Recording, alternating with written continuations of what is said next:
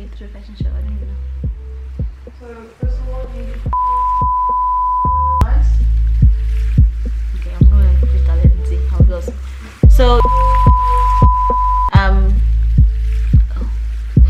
it's got me in the background. Hi guys.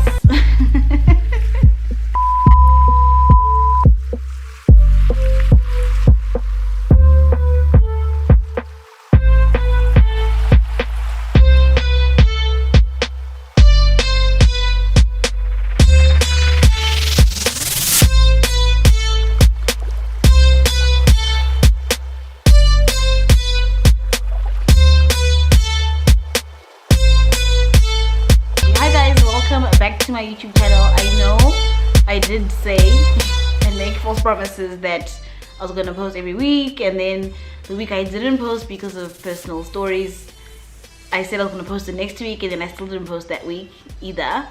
And here's another week of no posts. But it is what it is. We live and we learn. It's the wine glass. We live and we learn. I'm trying my best, to be honest. I spent the whole of last week doing this knitwear, so check that out on the Instagram page. Everything will be up on the website, and you guys can order your two-piece sets, your winter sets. They're so cozy, they're so warm, like you'll survive the winter with MINEstitched. So don't worry, we got you. Don't worry about it, sweetheart. Don't worry about it. Don't worry about it, sweetheart. Don't worry about it, sweetheart. I wanted to, so I initially had filmed the Kenya behind the scenes story and how I prepare for a fashion show, but I edited it so many times I actually don't like it, so I'd rather give you guys quality rather than trash. You feel me? So I'm going to take you guys through how I do a collection instead today, and hopefully this time I do it better than the last time. So usually I don't think I do it the way a conventional designer, if there is such thing, a person that has gone to design school does a fashion show. So usually since MINEstitched is based on my life story, I already have something in mind. I have like a backlog of things that I would love to, or collections I would love to make. So I usually I have the theme or the story behind the collection, and then I do a couple of designs. Sometimes it changes, and then I have a design in mind, and then I sort of see which story that could go together with. Or I go to the fabric store, I see something I really like, and I'm like, oh damn, I can make something really nice with that. So those are like the three directions that I could possibly go in. It's either I see a fabric I really like, or I have a story I want to tell, or I have designs that I would like to put together with a story, and then I look for the material. So the next stage is usually get the material, see what goes best with what I want to say, and then I make samples. So usually I make samples for my size, and then I model it myself, because it just costs a lot of money to, or for where my brand is at the moment, for me to do samples and then get somebody else to model the samples and then pay them and then do makeup and all of that. So I just do it myself because it's easier. If you want something done properly, you do it yourself. So I do that. I make the samples for my own size. I model out the samples, also do a test so that I know if it's comfortable enough for someone to wear throughout the day, or for whatever the function the clothes are for. I can see if they're comfortable, if they last long, if they are washable in the washing machine, or they shouldn't be washed in the washing machine, how to take care of the clothes, the fabric, and all of that. So I do that on my own, and then I put the stuff up to advertise. So it's easier for me to advertise with samples and then make to order.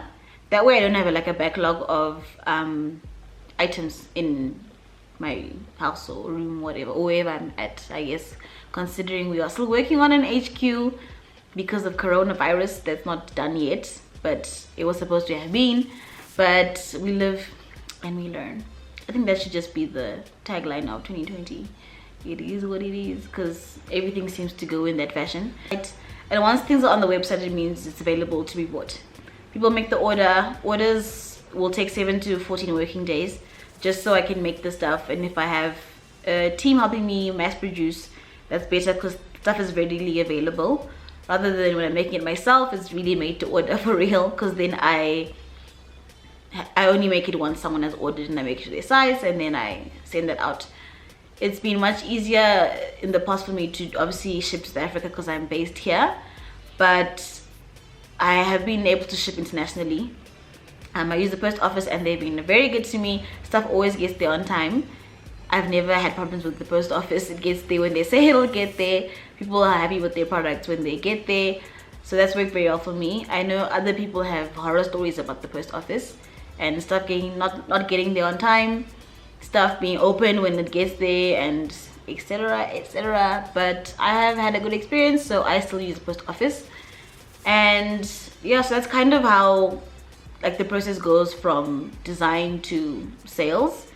I have made like, you know, better goals for this year, and definitely for this winter collection I want to reach higher sales than I have before in any other collection. So you best get buying or else. But yeah, they're really comfortable. I've never made anything as comfortable as this, I don't think. And I really love them. Like, they're perfect for winter. It's exactly what I had imagined to make, and it came out perfect. So if you are feeling cold, I don't know why you're making yourself suffer when stuff is available that is comfortable and cozy and will do the job. So just get on it and buy some autumn winter knitwear from MINEstitched.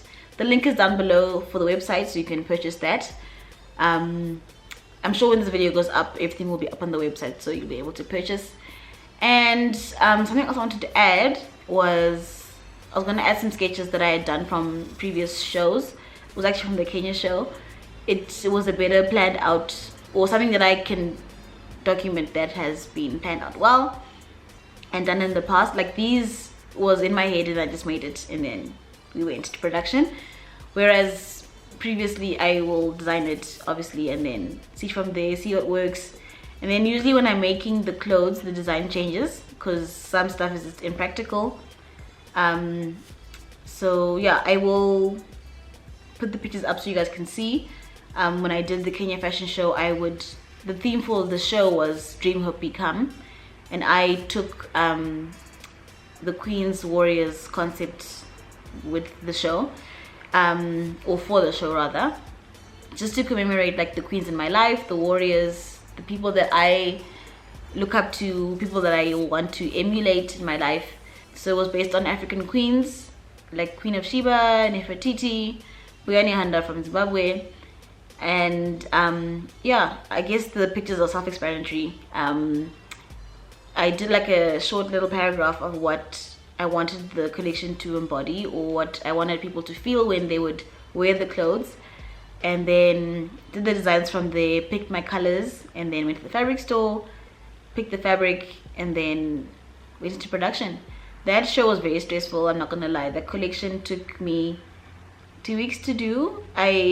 So in other instances where I have a fashion show to do, I will make the clothes, like the samples for the models, and according to their sizes, instead of for myself, because I really have the fashion show that's going to happen. And that was very stressful because I hadn't seen any of the models before. I just got measurements of people that I was going to meet like days before the fashion show. So that was very stressful, and even trying to make the clothes, 20 pieces in a week and a bit, was don't do it at home kind of thing. It was very stressful. I had some help from these ladies that I used to work with in Cape Town. They saved my life more times than I can count. But so I worked with them. It was very, very stressful.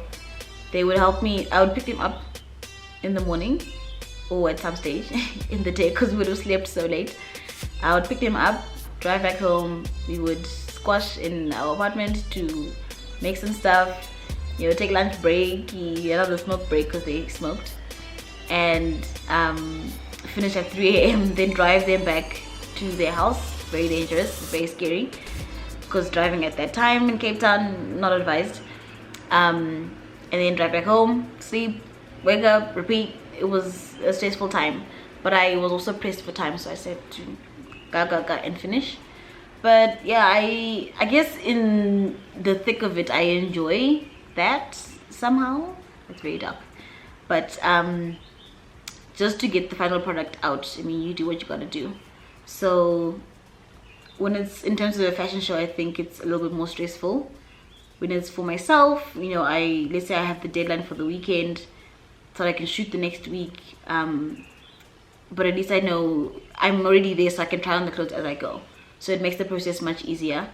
And I guess it also speaks to why I have more women's wear than men's wear, because it's much easier for me to try on like on the go and stuff.